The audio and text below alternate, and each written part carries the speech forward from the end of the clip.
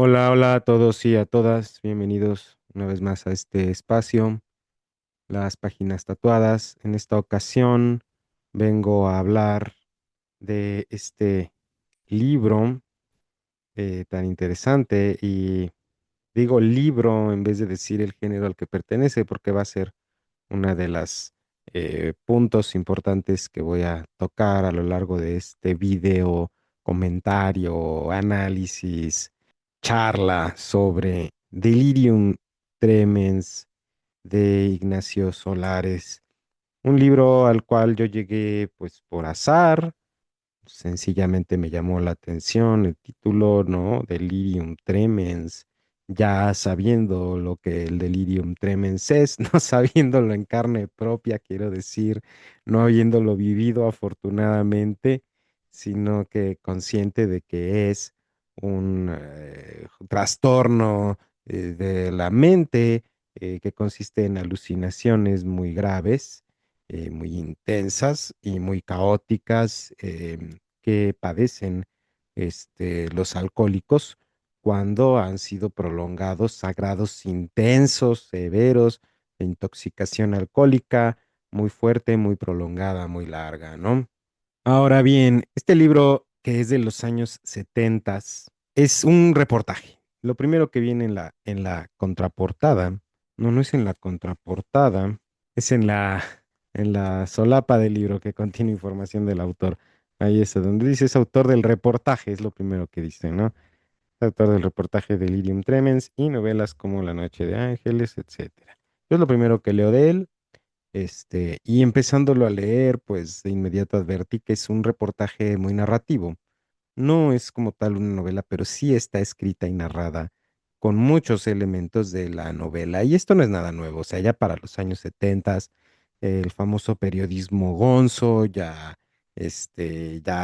habíamos leído, bueno, yo no, porque todavía no nacía, ¿verdad? Pero quiero decir, los escritores, el mundo ya había leído, Miedo y Asco en Las Vegas, ya existía, esta relación tan estrecha que ha habido, pues se fortalece mucho en el siglo XX entre el periodismo y la novela, la literatura, la narrativa, ¿no?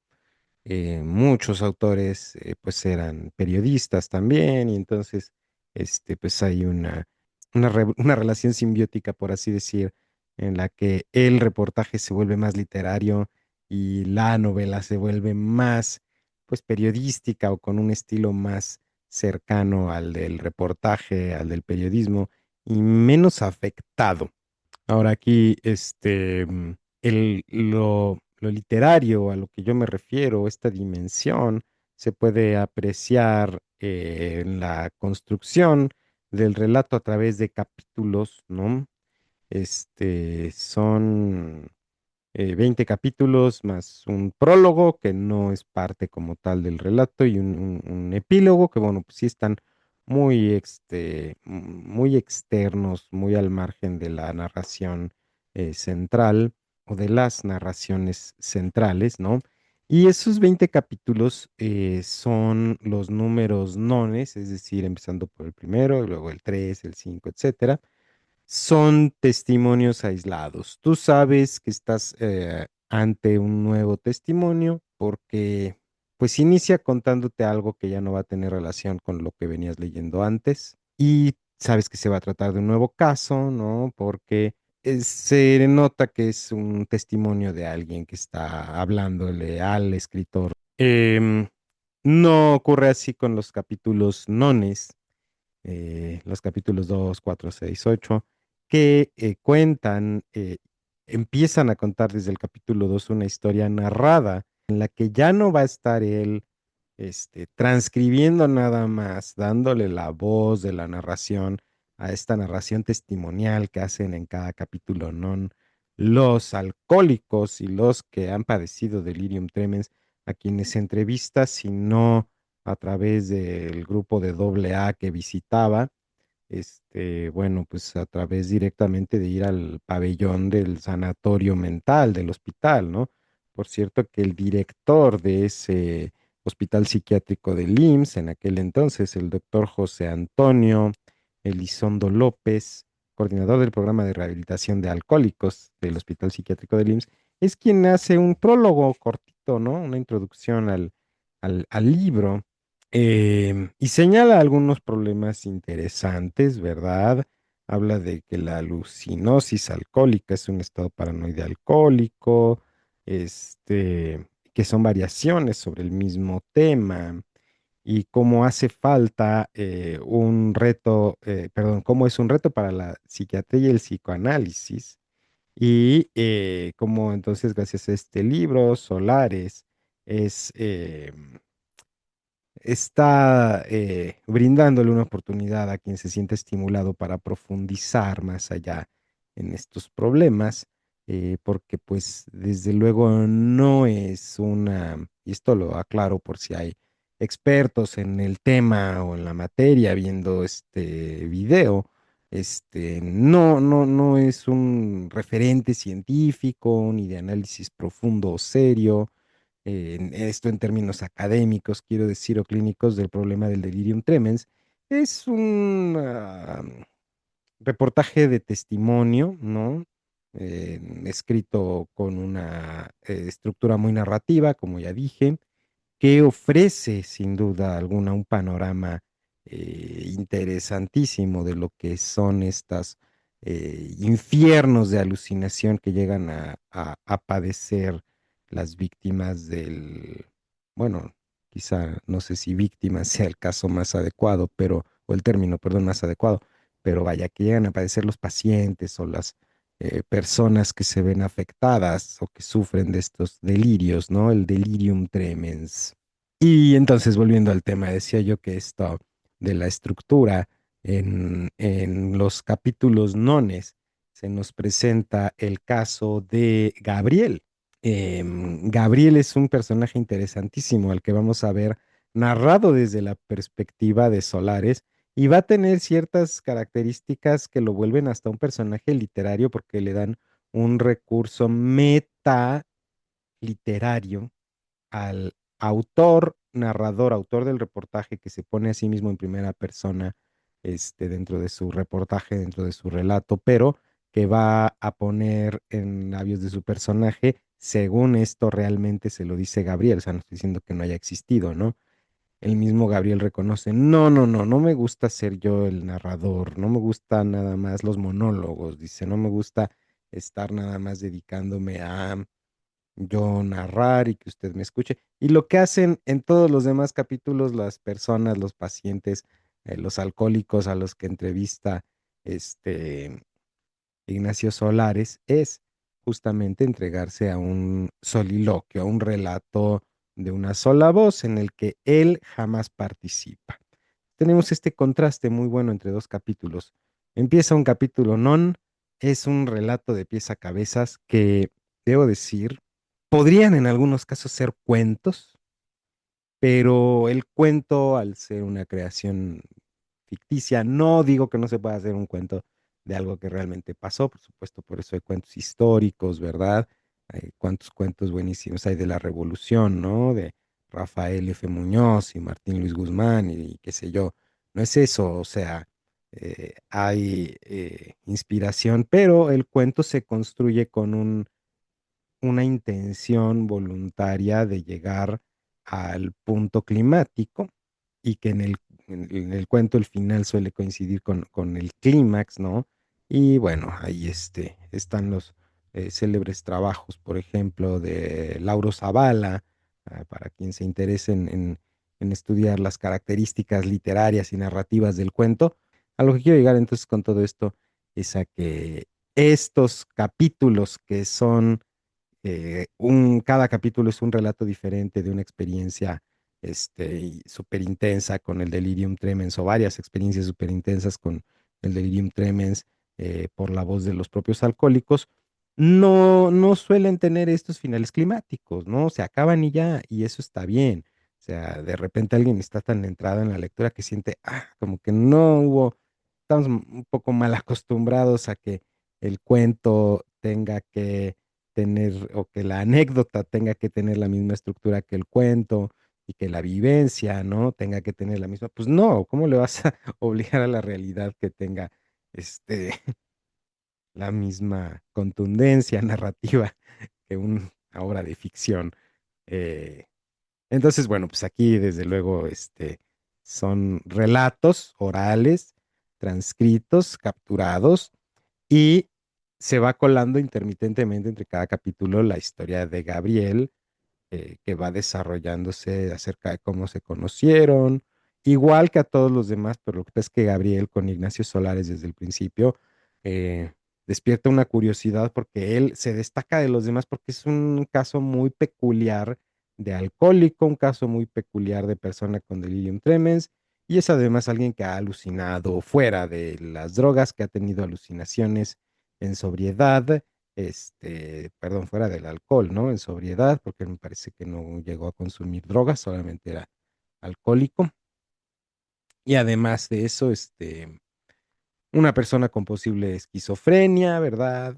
Señalado por el propio, autor, no quiero decir que yo tenga la autoridad de agarrar y suponer, ah, claro, seguramente, pues no, ¿verdad? Pero sí alguien con alucinaciones y además con una serie de obsesiones, fijaciones, una serie de idiosincrasias que lo vuelven un personaje muy puntual, puntual de llegar a la hora, ¿no? Muy recto, muy serio, muy medido en sus palabras, muy obsesivo, con una serie de métodos y hábitos súper rígidos y con una serie de opiniones, perspectivas, lecturas, que todo lo que tiene presupuesto Ignacio Solares a lo largo del libro va siempre confrontándose, pues al grado de que se vuelve el personaje más relevante en todo el libro, ¿no? De todos los testimonios, mientras a todos los demás casos él les dedica un solo capítulo por caso, y en total son 10 capítulos, a Gabriel le dedica 10 capítulos para explorar su, su viaje, ¿no? Su trip, su caso. Em, Así es que bueno, más cerca del periodismo, del reportaje, de la crónica, del testimonio, que del cuento, la novela, lo narrativo ficticio, por así decirlo, ¿no? Y son testimonios, sí, pero que evidentemente han pasado también por un tamiz, de la narrativa del autor, porque te das cuenta de que todos los personajes tienen una dicción muy adecuada. Aquí también debo decir algo que asoma mucho es la condición socioeconómica de los alcohólicos a los que entrevistó hace 50 años ya, Ignacio Solares, porque este es un libro de 1976. Este, y de verdad que la gente era más educada y más culta en los años 70, o sea, no es querer romantizar, como dicen ahora, o idealizar el pasado. No, es la verdad, la gente en los 70, en los 80, las escuelas tenían un mejor nivel académico, los alumnos tenían un mejor nivel académico, no estaba la sociedad tan enajenada y tan estupidizada como ahora, ¿no? No es por yo decir, ah, no, o sea, yo ni siquiera había nacido en aquel entonces, pero esa es em, una opción. Otra es que, pues sí, la condición socioeconómica de los entrevistados se hace evidente, desde que pues casi todos hablan de tener sirvienta, por ejemplo. O sea, es lo más común, ¿no? Que todos los que entrevistan y que vienen de colonias, pues que hoy en día son inhabitables para una persona que no tenga un poder adquisitivo grandísimo en la Ciudad de México, ¿no? Y a todos los encuentra en el centro de AA de Alcohólicos Anónimos que se llama Grupo Bolívar, que rápido busca en Google, está mero en Isabel la Católica, o sea, en el centro histórico de la Ciudad de México, que existe desde 1961, me parece, una cosa así. Y bueno, o sea, digo, cualquiera que agarre y transcriba una entrevista que lo haya hecho alguna vez en su vida, sabe que la oralidad no siempre se puede transcribir, a menos que quieras, pues sí, eso, ¿no? Una transcripción tal cual, pues para eso ya hay máquinas, ¿no? Ya, para eso hay aplicaciones que te transcriben todo, hasta el más, ¿no? Cualquiera que active la opción aquí en YouTube puede ver una transcripción literal de todo lo que estoy diciendo. No ese es el chiste de transcribir una entrevista. Quien lo haya hecho sabe que te enfrentas a un verdadero dilema de gramática, puntuación, y de serle fiel a lo que está diciendo la persona. Pero bueno, lo que quiero decir es que sí, pues es un autor también novelista, entonces hay mucho sabor a literatura en este libro.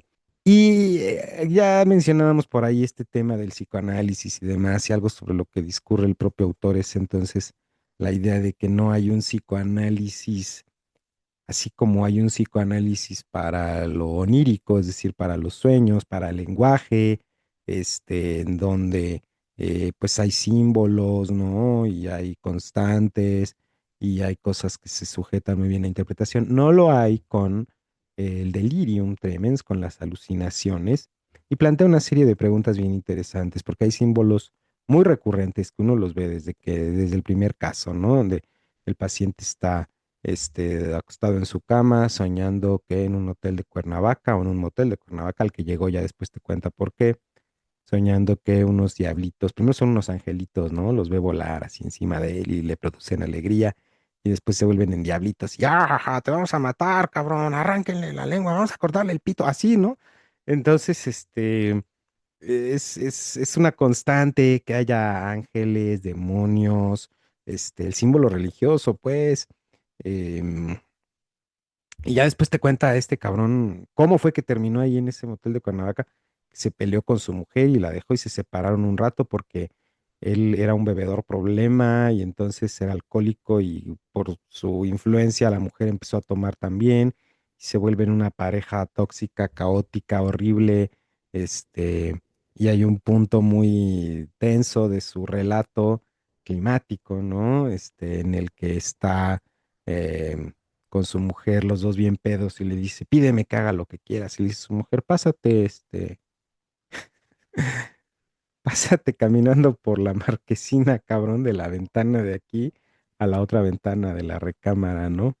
Y el pedo era que vivían en un quinto piso. Ya va este pendejo y lo hace, ¿no? Y la mujer adentro se estaba muriendo de la risa de lo borrachos que estaban, ¿no? Para esto, güey, en la hora de salir y ver para abajo y que le pegara el frío y todo, se le bajó y entró y la mujer estaba cagada de la risa. Ah, jaja, hubieras visto, te veías bien. Y madre, se la suena, ¿no? Y al rato le pide perdón llorando y le dice, si quieres me vuelvo a salir, ¿no? ¿Quieres que me regrese? O sea que es una combinación muy, muy interesante entonces entre la anécdota de la vida caótica, eh, porque claro, pues ningún alcohólico que llegue a tener delirium tremens o ningún alcohólico en general, está en ese estado nada más porque sí. Y cuando ya están o internados o hospitalizados o anexados o están yendo a buscar ayuda a algún grupo de doble A, pues es ahí donde tienen estos momentos de introspección. No me imagino cuántas personas han entrevistado Ignacio Solares, pero pues desde luego que se quedó con los casos más, pues que más valían la pena para escribirse y leerse, para ponerse por escrito y para leerse, ¿no? Entonces ahí, pues sí, por supuesto que hay un placer literario fenomenal, un placer de lectura. Pero a falta de entonces psicoanálisis freudiano, que ya de por sí tiene muchas objeciones, este, mm, por la actual psicología, psiquiatría y por mucha gente que no lee ni a Freud, para empezar, ¿verdad? Pero lo desacreditan porque se van con la versión popular de que estaba enfermo, viejo, loco, cochino, hablando de que hay deseos sexuales incestuosos y quién sabe qué tanto, ¿no? Hay un pasaje de un paciente por ahí que cuenta que se cotorreaba a un psicoanalista o psiquiatra con el que lo mandaron. No soporto a los doctores. Se ha fijado en esa mirada gélida que tienen, tan imperturbable cuando le abren a uno la panza, como cuando escuchan que estuvimos a punto de suicidarnos. A los 20 años me llevaron con un psicoanalista y durante las 5 sesiones que tuvimos no hice sino contarle mentiras, que soñaba que hacía el amor con mi madre en todas las posiciones posibles, que mataba a mi padre y me comía su cadáver, que de repente mi madre se transformaba en la Virgen María y mi padre en Jesucristo y los veía cachondeándose. No se alteraba y tomaba nota, pero yo sabía que en el fondo estaba feliz de comprobar, según él, sus teorías. Y entonces ya para volver al punto que he iniciado tantas veces y que no logro concretar, que A falla o a falta de este psicoanálisis freudiano, se recurre mucho al psicoanálisis junguiano o a la filosofía, diría yo, de Carl Gustav Jung, que y pues bueno, en los setentas precisamente estaba muy de moda, ¿no? Pero en el caso de Jung, pues sí es todo muy metafísico. Jung es muy bueno para interpretar simbología, mitológica, religiosa, además. Su idea del inconsciente colectivo tiene cosas interesantes, aunque repito, pues no son científicas. Y la razón principal de que se le mencione tanto en el libro es porque tuvo una relación muy estrecha y muy importante con los fundadores de Alcohólicos Anónimos. De hecho, viene transcrita una carta de Carl Gustav Jung, o más bien a Carl Gustav Jung, de parte de Bill W., no me acuerdo cómo se apellida, y Roland H., bueno, le escribe Bill W., que es cofundador de la Sociedad de Alcohólicos Anónimos. Y bueno, tiene ahí algunas explicaciones que le da cuando le dice que básicamente Jung le dijo a uno de ellos cuando fue su paciente, no existe cura alguna para dejar de beber, más allá de la fe, ¿no? Dice, si cada paciente llevara la noticia, si cada paciente llevara la noticia al otro de que el alcoholismo no tiene ninguna esperanza en el campo de la ciencia, podría esperarse que cada nuevo aspirante estuviera dispuesto a una experiencia espiritual transformadora. Bueno, es ahí a donde yo tengo severas objeciones, tanto con esta filosofía junguiana como con pues todo aquello que tiene aires tan metafísicos, que pretende a la vez sanar la mente de una persona, que no es algo forzosamente y únicamente metafísico, dirían yo y dirían muchos. Aunque bueno, obviamente puede estar abierto a discusiones, a interpretaciones, a creencias personales espirituales. No niego que haya una espiritualidad, pero esta idea que tienen en doble A de que forzosamente te tienes que declarar desprovisto de todo poder y de toda fuerza para dejar de beber, porque el alcohol es un nivel que te rebasa infinitamente y solo en manos de Dios o solo reconociendo esto que ellos llaman un poder más grande astutamente eh, fraseándolo y eligiendo las palabras para que, bueno, puedan también hacerse pasar por algo secular, cuando no lo son, evidentemente. Y si no es así, no vas a dejar de beber. Y el programa de 12 pasos, pues también es algo, cuestionable, ¿no? Y que involucra mucho esto de confiar todo en un poder, superior, ¿no? De entrada, si eres ateo, si eres agnóstico, pues no vas a poder entrar a doble A, o tal vez puedas, pero digo, no vas a tener ese mismo efecto, eh, porque pues tiene mucho de religioso, ¿no? Es por eso que debe de haber más organizaciones seculares para la sobriedad, creo yo. Pero repito, esto lo digo desde una perspectiva personal, quien viendo esto esté de acuerdo con los grupos de doble A y con los métodos de los 12 pasos y con todo lo que quieran, pues bueno, es algo muy personal, pero habrá quienes no, y no tiene por qué ser la única opción. O sea, ¿eres adicto a algo? Entrégate a Dios, güey. Ah, chinga. ¿Qué es eso, no? O sea... Este, no, cabrón, atiéndete, güey, ve al doctor, ve a una clínica, arregla tu puta vida, ve a terapia, no sé, no digo que sea así de fácil, a lo mejor requieres medicina, hay medicina para dejar las adicciones, también las adicciones son síntomas de traumas no resueltos, no sé, pero solamente estoy diciendo eso, quiero que se me malentienda, no soy ningún experto. Si te recomienda un experto en la salud mental ir a doble A, pues ve y coincide con tus intereses y enfoques de la vida, ve. Algo también que es muy cierto es que muchos que entran a doble A, pues no salen. Y no porque adentro los vayan a matar o algo así que otro problema grave en nuestro país, en México, por lo menos, pues, estoy seguro que en muchos otros, por lo menos países de América Latina lo es, son los famosos anexos. Son estos lugares en los que a la gente contra su voluntad la encierran, la golpean, la maltratan, la humillan, la madrean, y a través de esta tortura mental, física y emocional, pues claro, los hacen dejar de tomar y si quisieran hacerlos, bailar ballet con ese método probablemente también lo lograrían, ¿no? Porque pues a punta de chingadazos, ¿quién no?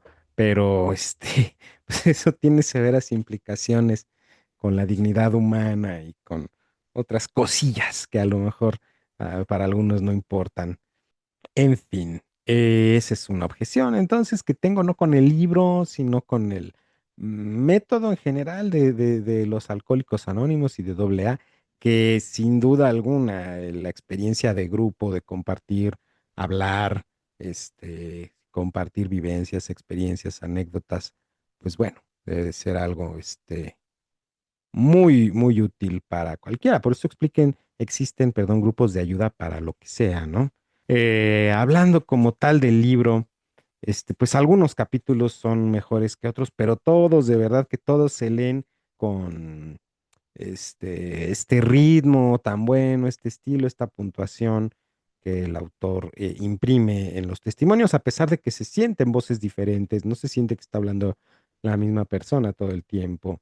Como llega Gabriel entonces a la vida de Ignacio Solares, es que pues en una de en este centro de doble A, él entrega folletitos a todos los que llegan al grupo, ¿no? Para las sesiones de Alcohólicos Anónimos y le pregunta nombre, teléfono, dirección o no sé, sus datos y ha tenido experiencias de delirium tremens, ha tenido alucinaciones, ha tenido cuestionario muy simple para que se lo devuelvan. Y dice, mira, de cada 10 que doy me devuelven dos, ¿no? Y muchos lo tiran, muchos les vale madres. Y luego de esos, cuando los junto, les hablas, los buscas, no todos quieren participar, ¿no? Y entonces este cuate Gabriel le devuelve el papel en blanco y le dice, yo no puedo llenar esto, señor. ¿Por qué? Porque su pregunta, ¿no? Y es dice, si le interesan, no, pero ya lo estaba recordando mal. Le dice, me gustan las preguntas, le dice. ¿Las visiones tienen que ser solo las del delirium tremens?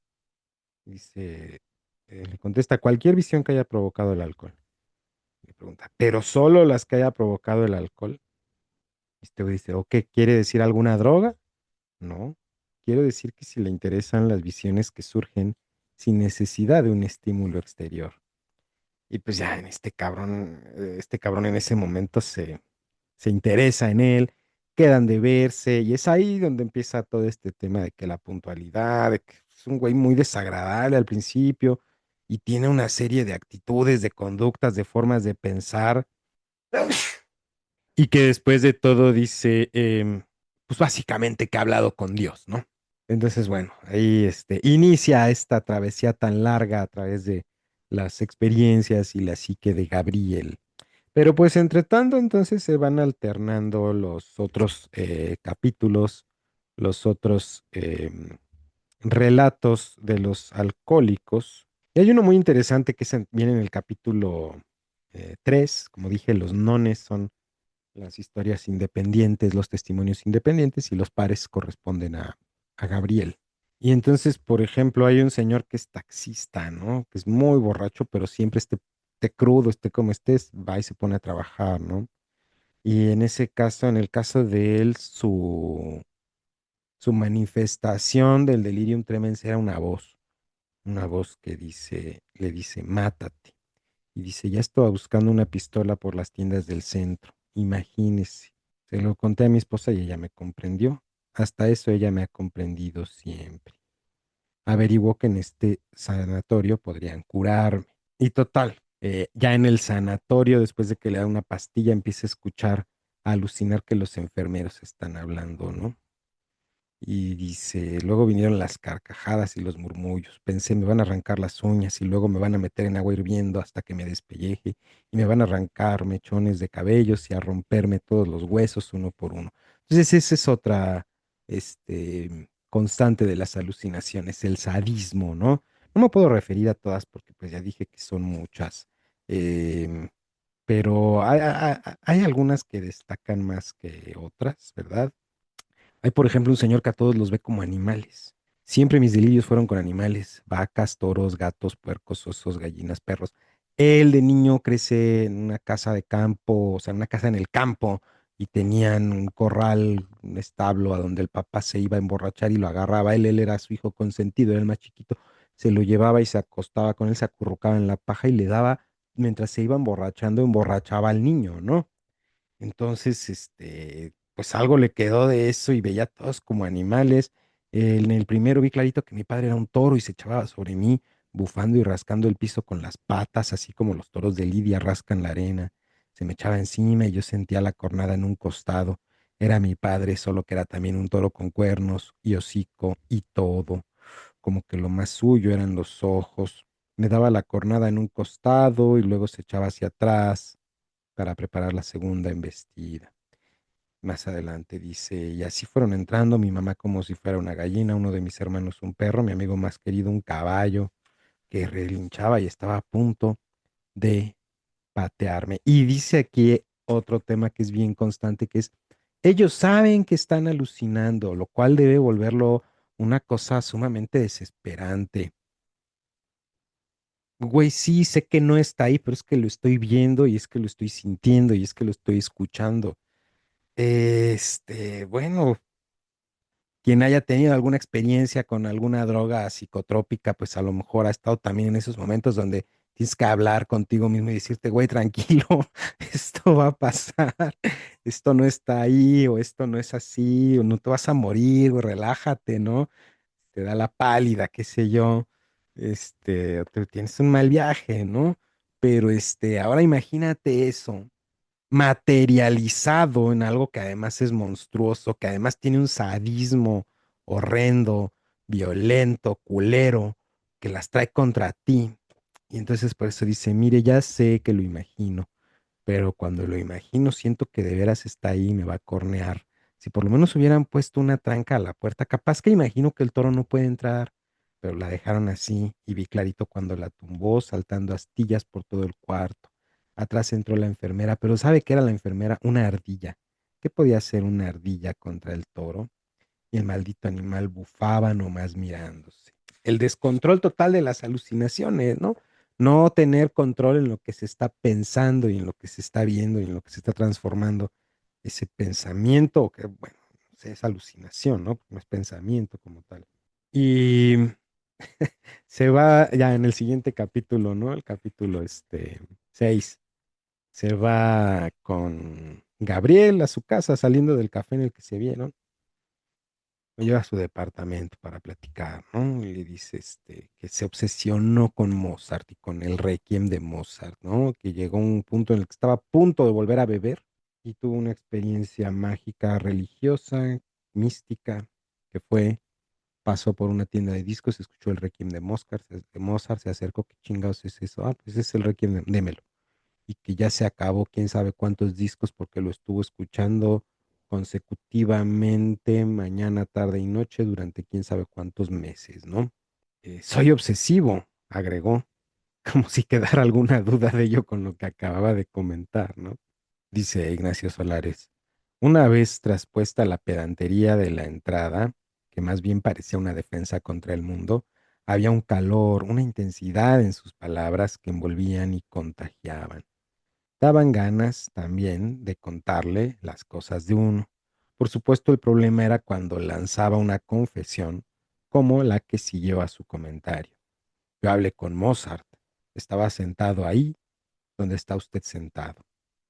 Casi me pongo de pie de un brinco. Aquí mismo, sí, ahí mismo, durante su delirium tremens, no mucho después. Le digo que descubrí la música cuando ya no bebía. Aunque, si así quiere llamarlo, yo he continuado teniendo delirium tremens durante estos 4 años en que ya no veo. con mis padres, hablé después de que murieron. Entonces es un personaje muy, muy interesante el de Gabriel, que además está muy, muy informado de psiquiatría alternativa y de cosas, antropológicas, y tiene libros y los saca y se pone a leerle en voz alta y a vociferarle y a enfatizar, ¿no? Viene después el testimonio de una Laura que se cortaba las venas a la menor oportunidad, ¿no? Y era una mujer muy problemática, impertinente, que se enamoró del esposo de su mejor amiga y les armó un pancho y luego se fue a suicidar al baño durante una reunión.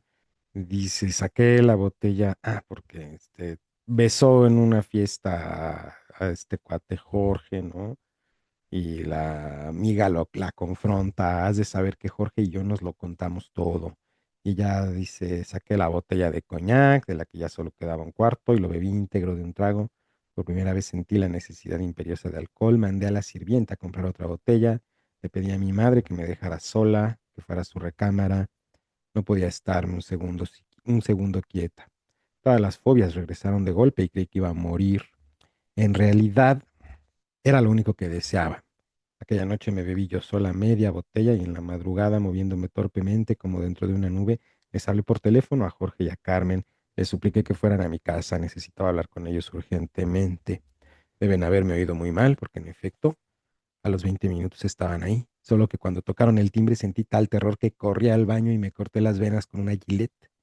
Fue cuando, le decía, me invadió una infinita paz, un ritual largamente esperado que por fin se cumplía. Forzaron la puerta, mi madre gritaba con las manos en la cara, Carmen llamó por teléfono a una ambulancia. Lo que recuerdo con más claridad es el deseo morboso de que Jorge viera correr mi sangre. Era una sensación muy particular, como si me viera desnuda, como si solo en ese acto autodestructivo pudiera realizarse nuestro amor. Cosas terribles, verdaderamente, cosas, muy, muy turbias. También creo que vale la pena decir esto. No una lectura a lo mejor para alguien que esté propenso a cosas depresivas y ideaciones, pues sí, ¿no? Pensamientos de hacerse daño a sí mismo o a los demás o de terminar con la propia vida y todo eso, porque bueno, son rincones muy oscuros del alma, verdaderamente, ¿no? Es una exploración por rincones muy, muy oscuros del espíritu humano. Este de aquí, por ejemplo, la primera fue en la oficina, ¿no? Un testimonio del capítulo 11. La primera fue en la oficina. La pluma fuente con la que escribía se transformó en una repugnante cucaracha. La dejé caer y enseguida volvió a ser una pluma fuente. Y entonces cuando Ignacio Solares está platicando con Gabriel y le habla de las constantes, porque Gabriel es el que le dice que todos los símbolos son religiosos y él dice, bueno, no todos. También hay escorpiones, alimañas, ¿no? Víboras. No vas a decir que esas son símbolos religiosos. Y le dice Gabriel como ofendido, y tú me vas a decir que no lo son en la madre, güey. O sea, qué visión tan polisémica, poética de la realidad y del mundo tienes que tener para interpretar cucarachas, alacranes, arañas, tarántulas, víboras y otro tipo de alimañas ponzoñosas con símbolos religiosos, ¿no? Y a este güey se le aparece una rata que lo sigue a todas partes.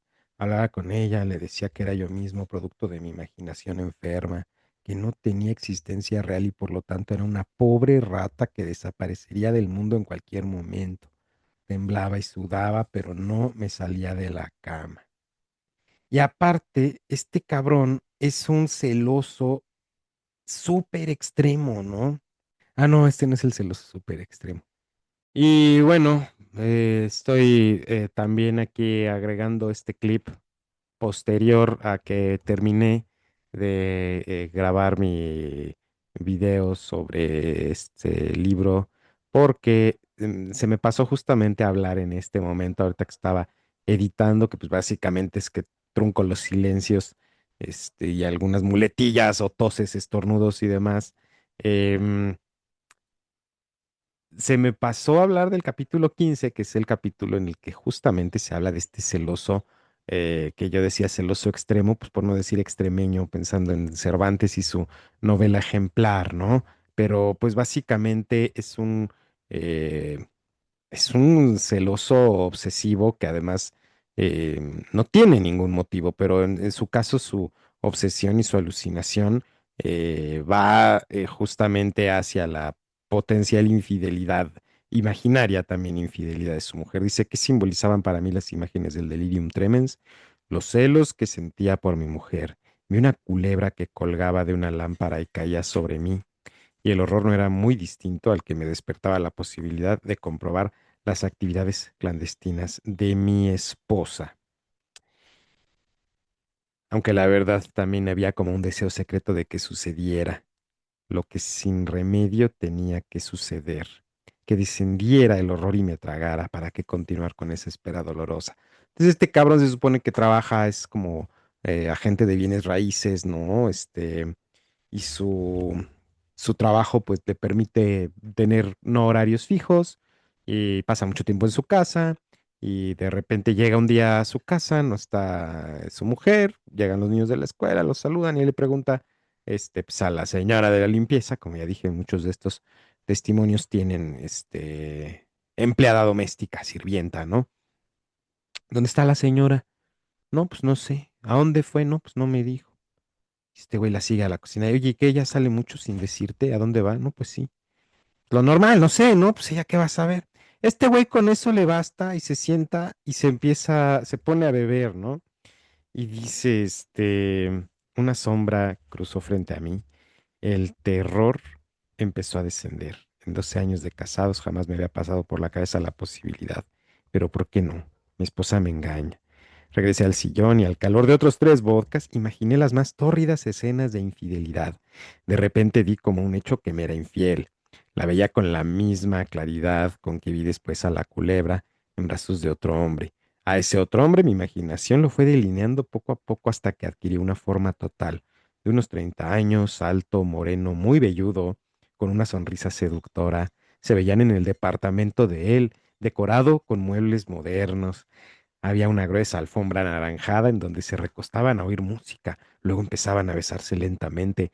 Él le hablaba al oído y ella sonreía. Él le besaba el cuello, la mejilla, una oreja, llegaba a los labios y ella entrecerraba los ojos. Güey, se inventa toda una puta telenovela, toda una puta historia, al grado de que ya después va a confrontar a la mujer frente a los niños, cosa que va a sacar horrible de pedo a los morros y la esposa se va a súper ofender. El güey va a dar por hecho, ¿no?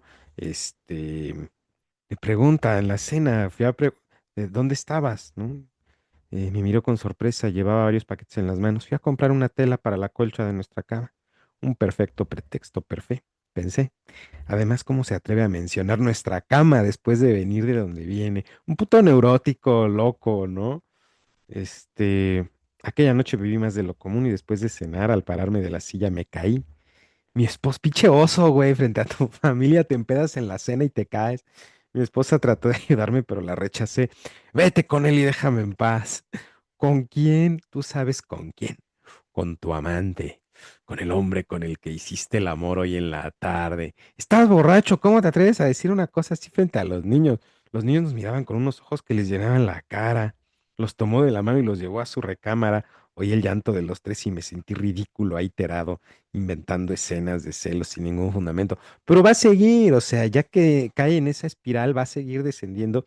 Y al rato frente con sus amigos en la peda va a empezar a observarlos y a estudiarlos uno por uno para ver con quién de ellos es que le está poniendo el cuerno su mujer, pero ninguno coincide con las facciones que él conoce de su puta imaginación, porque lo vio en la imaginación, porque nunca lo ha visto, porque no existe, ¿no? Pero el güey lo anda buscando, esperando encontrarse en la puta vida real al cabrón que alucina, imagina, con el que su esposa le está siendo infiel, ¿no?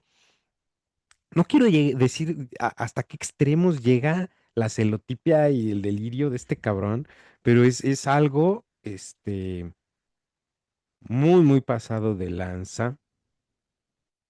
eh, Vale mucho la pena leer. Yo creo que si fuera a aislar 2 capítulos de este libro de los nones, que son los que se pueden leer de manera independiente, este, serían el 15 y el 17 del que hablo más adelante. Hay otro, es el testimonio del capítulo, unas reflexiones muy oscuras de repente sobre la cruda, por ejemplo, esta del capítulo 13, ¿no? Murió 1000 muertes, se dice del crudo. La verdad es que era mucho peor que 1000. Era una sola muerte extendida de infinita tortura. Una muerte que no moría, mejor dicho, morías y seguías muriendo. Morías todo el día y toda la noche y aún te esperaba más muerte.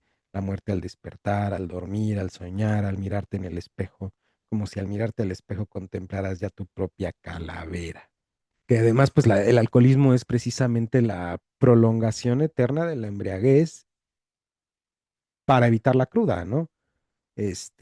Porque pues claro, o sea, el que bebe todo el día, todos los días, pues se va a dormir ebrio y despierta o todavía ebrio o crudo y entonces pues tiene que volver a beber porque la cruda es finalmente también el inicio del síndrome de abstinencia, que bueno, pues llega a ser una verdadera tortura, ¿no? Para el alcohólico. Eh, Qué locura, Dios mío, las trampas que nos tiende la soledad. Le aseguro que ahora que lo recuerdo, no sé si llorar o reír. ¿Se imagina que alguien nos filmara en nuestros peores momentos, producto de la embriaguez? ¿Soportaríamos volver a vernos?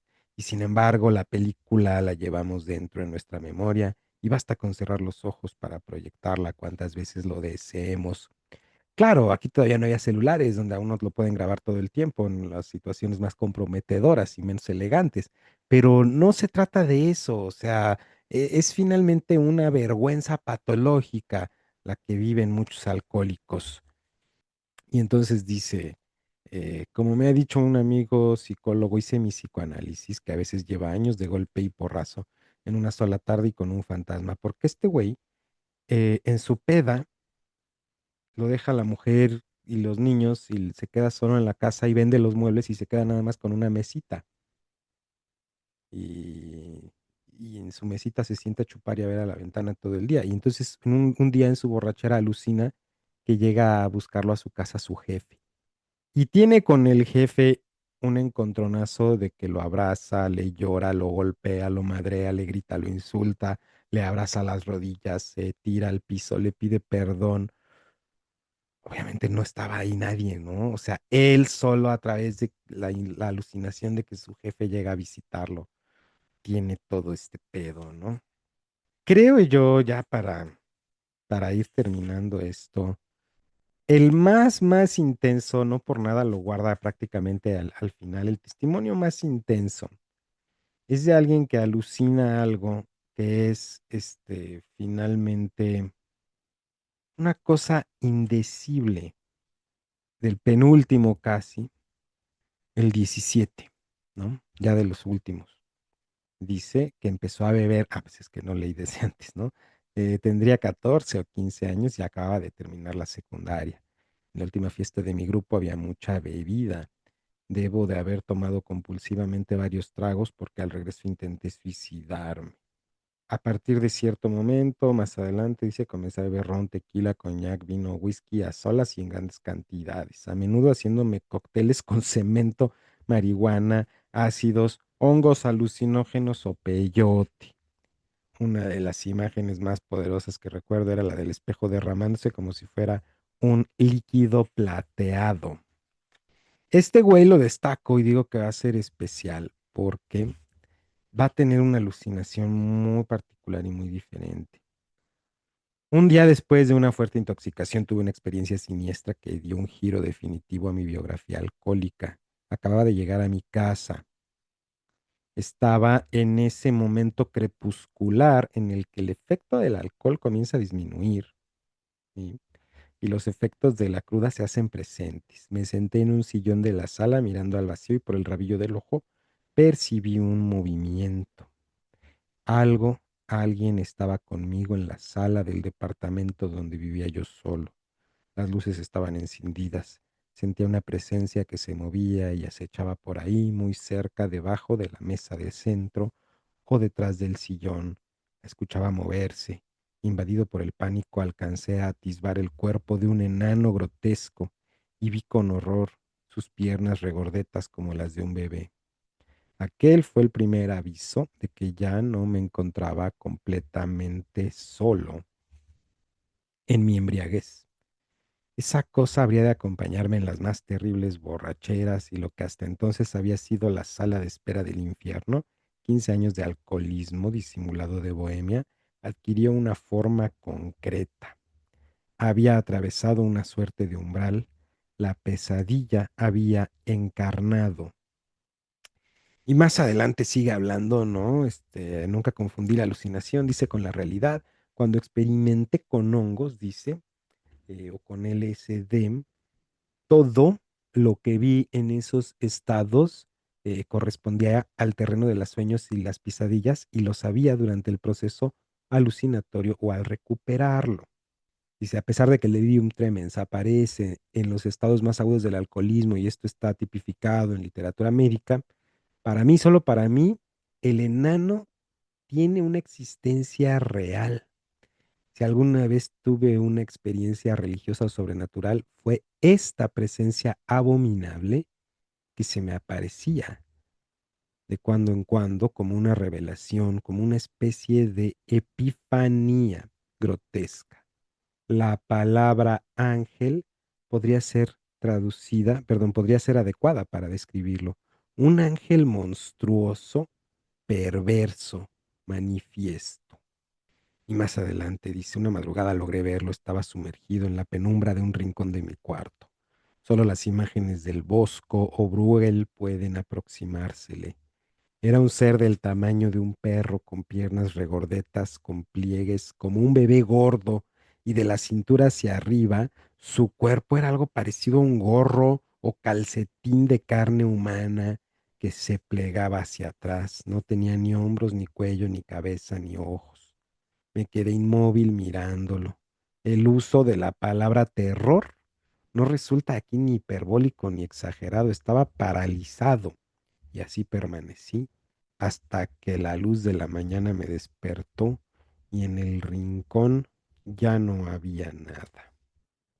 Y puta, la relación, la forma en la que describe la presencia de este güey, que es casi casi como un animal tímido, que nunca se atreve a mostrársele de todo, nunca se atreve a acercársele. A diferencia de los otros güeyes que alucinan duendecitos, diablillos, angelitos malos y que cosas que los quieren, que todo el tiempo hay contacto y los lastiman. Esta madre es algo que lo observa, que se oculta, que no puede dejarlo por la paz, pero nunca, nunca tienen un pinche contacto, ¿no? El enano apareció puntual a la cita. Esta vez, dice, estuvo conmigo durante varias horas. Pude verlo con detalle. La piel de la parte superior del cuerpo se plegaba como si estuviera relleno de grasa. Tenía brazos. Era muy difícil distinguirlos, pero sus piernas rollizas eran lo que más me horrorizaba. Se la paseó gateando, arrastrándose frente a mí al alcance de mis manos. No quise tocarlo. Es extraño, pero me parecía que estaba jugando conmigo. Me hacía sentir una mezcla muy rara de terror y felicidad. En fin, que yo podría dedicarme a haber leído completo el capítulo, ¿no? O yo podría haber leído muchas cosas más que subrayé que anoté, pero finalmente creo que ya he dicho suficiente y creo que pues es una lectura que recomiendo, es un libro que recomiendo. Ya dije que a pesar de no ser ficción, hay un placer en la lectura, hay un placer estético, ¿no? Independientemente de que lo que cuenta pues son cosas horribles, cuanto más que pues son testimonios reales de gente que en verdad las padeció. Bueno, no es nada más eso, como ya dije, pues es una exploración de rincones muy siniestros, sombríos de la mente humana, es una exploración muy interesante de un tema que pues realmente nadie va a conocer a menos que lo viva y no estoy exhortando a que la gente beba al grado de tener delirium tremens. Entonces, pues mientras eso no suceda, pues es una forma que tenemos el relato. Entonces, pues sí, para pronto está chingón. Delirium Tremens de Ignacio Solares. Léanlo y hasta la próxima. Bye bye.